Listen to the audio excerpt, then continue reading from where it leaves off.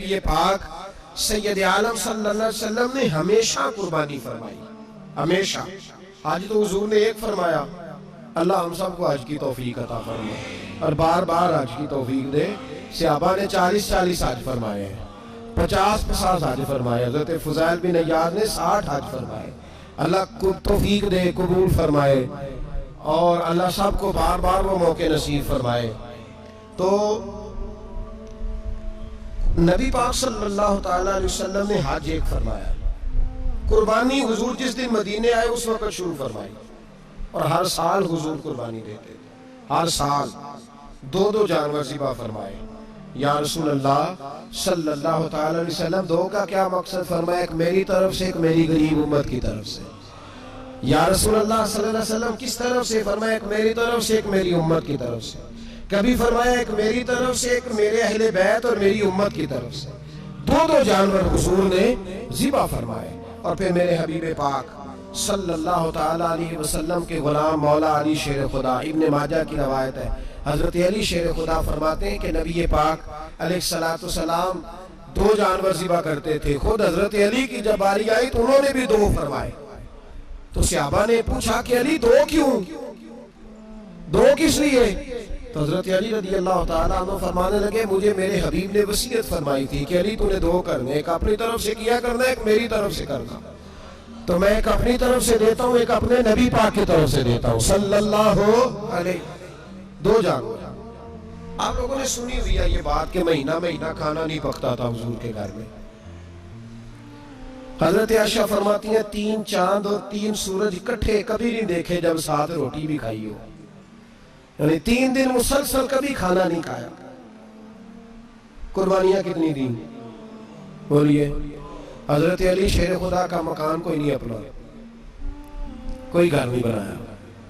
مولا کائنات شیر خدا، میں نے یہ بات پھر دہرا رہا ہوں، پہلے بھی میں نے عرض کی تھی، پکا کرنے کے لیے دہرا رہا ہوں۔ حضرت علی کا کوئی کاروبار نہیں بظاہر۔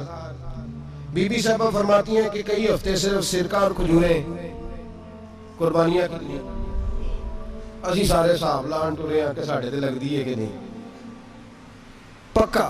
اور پھر جب بات ہوتی ہے دینے کی تو ماحول اور ہوتا ہے، جب لینے کی باری ہوتی ہے تو ماحول اور ہوتا ہے۔ قربانی واجب ہے اس شخص پر جس کے پاس 52.5 تولے چاندی یا 7.5 تولے، لیکن میں 7.5 تولے والا فتویٰ نہیں دیتا، میں 52.5 تولے چاندی والا فتویٰ دیتا ہوں، اس لیے کہ 52.5 تولے چاندی تو شاید 2 تولا یا 1.5 تولا سونے کے برابر ہی ہو جائے، ٹھیک ہے نا جی؟ تو 7.5 تولے سونا 50-60 ہزار روپیہ جس آدمی کے اکاؤنٹ میں موجود ہے وہ قربانی کرے۔ بلکہ امام شافعی رحمۃ اللہ علیہ فرمایا کرتے تھے جس نے 3 کمروں کو تالا لگایا ہوا ہے وہ 3 کمرے فارغ ہیں، اس کے کسی کام کے نہیں، ان کی قیمت کا حساب لگائے۔ اور چھت پہ سٹور بنا دیا ہے، کوئی مطلب نہیں اس کا، اور جو ویسے رکھی ہوئے ہیں کوئی معنی ہی نہیں کمرے کا، فرماتے تھے حساب لگائے، قربانی کرے۔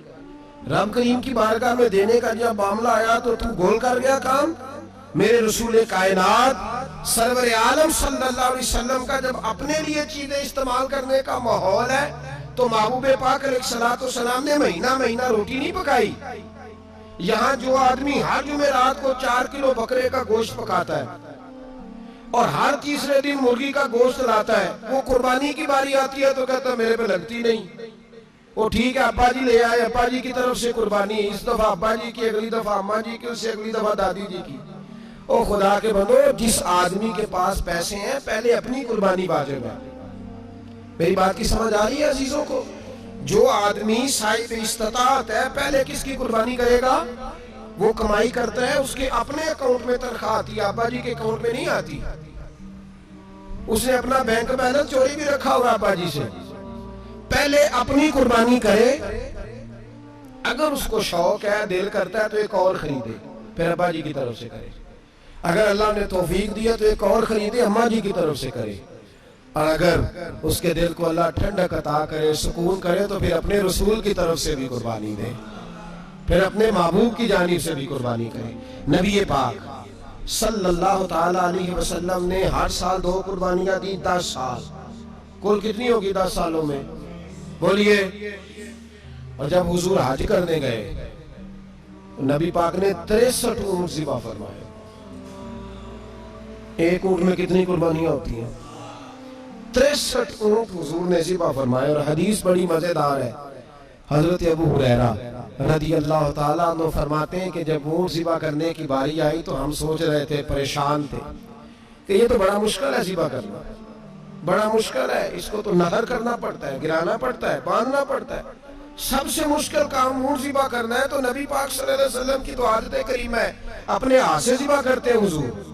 وہ ہمارا اللہ خیر کرے، اب اللہ ہی حافظ ہے. ذبح کرنا تو دور کی بات ہے. ہمارا جو بی اے پاس لڑکا ہے نا، اس کو ڈر آتا ہے جانور کے پاس کھڑے ہوتے ہوئے. کہتے ہیں بچوں کو اندر لے جاؤ، 10 سال کا 12 سال کا اندر لے جاؤ، ذبح کرنا ہے، روئے گا. اور بس کرو یار، یہ کس قوم سے تمہارا تعلق پڑ گیا ہے؟ ہمارے تو 12 اور 14 سال کے معوذ اور معاذ ابو جہل کی گردن کاٹ کے رکھ دیا کرتے تھے، اور تو بچہ بکرا ذبح کرنے سے ڈرا رہا ہے. اس کو کھڑا کر لا کے. قربانی تو جہاد کی ٹریننگ ہے. وہ کھڑا کر، اس کو کہا بیٹا یہاں کھڑا ہو، اللہ کے رستے میں بکرے کی گردن کاٹنی ہے. اگر کوئی شخص خدا رسول کے دین کی مخالفت کرے، کفر کا جھنڈا اٹھائے، تو اس کی گردن بھی کاٹنی ہے. یہ ٹریننگ ہے بچوں کے لیے. یہاں عجیب ماحول ہے، ڈر لگ رہا ہے، پیچھے ہٹ جاؤ. اور جس صاحب کی قربانی ہے وہ بھی کوئی 1.5 کلومیٹر کے فاصلے پہ کھڑے ہیں، دور کھڑے ہو کے دیکھ رہے ہیں. نفیس ہی بڑے ہیں جناب، لطیف ہی بڑے ہیں. کپڑوں کو کوئی قطرہ خون کا لگ گیا تو بڑی مصیبت بن جائے گی. اور امیر آدمی، اس کا تو گھر کسائی نے خود فون کیا ہے کہ صاحب سب سے پہلے میں آپ کے گھر آؤں گا. اس کو پتہ ہے کہ منہ مانگی قیمت ملے گی. مہربانی فرمائیں، قربانی میرے رسول پاک صلی اللہ علیہ وسلم سے زیادہ نفاست والی طبیعت کسی کی نہیں. صحابہ کہتے ہیں اتنا حسین محبوب کا انداز تھا کہ کبھی کپڑوں پہ مکھی بھی نہیں بیٹھی تھی. اور حضور سے ہم سلام لیتے تھے، دست مبارک چومتے تھے تو ہمارے ہاتھوں سے کستوری کی خوشبو آنے لگتی. اور فرماتے نبی پاک کا ہاتھ یوں ہوتا تھا کہ برف بھی اتنی ٹھنڈی نہیں جتنا پیارا حضور کا ہاتھ ٹھنڈا ہوتا تھا. پھر بھی حضور دست مبارک میں خنجر پکڑتے، جانور کو لٹاتے اور اپنی طامت کو سمیٹتے، اور اللہ کے حبیب گھٹنا رکھتے اس کی گردن پر، اور بسم اللہ اللہ اکبر کہہ کے ذبح فرماتے. حضور خود دست مبارک سے. تو اتنا زیادہ نازک مزاج ہو گیا ہے کہ اب یہ والی سنت ادا کرنا مشکل ہو گیا تیرے لیے. 63 اونٹ ہیں. اور صحابہ کرام علیہم رضوان فرماتے ہیں کہ حال یہ ہے، ہم سوچ رہے ہیں کیسے ذبح کریں گے، کیا کریں گے، کیسے گرائیں گے. اور نبی پاک صلی اللہ علیہ وسلم کہتے ہیں ہم ابھی سوچ میں ہی تھے کہ حضور نے چھری پکڑی. خنجر جب حضور نے اٹھایا تو فرماتے ہیں اونٹ دوڑتا ہوا آیا اور نبی پاک کے سامنے آ کے لیٹ گیا. فرماتے ہیں اللہ کے رسول نے بسم اللہ اللہ اکبر کہہ کے ذبح کیا. اس نے ٹانگ بھی کوئی نہیں ہلائی، پیر بھی کوئی نہیں ہلایا. وہ کسی شاعر نے بڑی عجیب بات کہی تھی. اس نے کہا پھنسی جو دام میں بلبل تو لگی یوں کہنے، کرے گا قتل کیا تو نے جب اسیر مجھے، کباب شمع کے شعلے پہ کیجیو سے یاد، شکل گل نظر آئے دم اخیر مجھے. وہ کہتے ہیں بلبل کو شکاری، صیاد شکاری نے پکڑ لیا بلبل کو. تو صیاد سے بلبل کہنے لگی تو نے پکڑا ہے تو قتل تو کرے گا ہی نا، کھائے گا تو صحیح، ایک میری منت ہے. شکاری کہنے لگا وہ کیا؟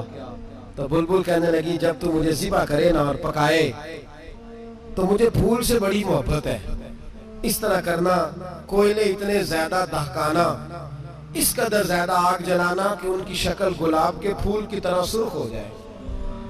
تو جب تو مجھے ان پر جلائے گا تو مجھے تکلیف نہیں ہوگی، اس لیے کہ محبوب کا چہرہ جو سامنے آ جائے گا مجھے تکلیف نہیں ہوگی. پھنسی جو دام میں بلبل تو لگی یوں کہنے، کرے گا قتل کیا تو نے جب اسیر مجھے، کباب شمع کے شعلے پہ کیجیو سے یاد، اور شکل گل نظر آئے دم اخیر مجھے.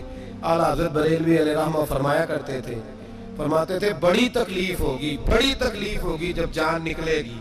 روایتوں میں آتا ہے جس طرح باریک دوپٹہ جھاڑیوں پہ ڈالا جائے، کھینچا جائے تو پھٹ جاتا ہے، یوں تکلیف ہوگی. پر فرمانے لگے رسول اللہ کے غلام کو کوئی تکلیف نہیں ہوگی.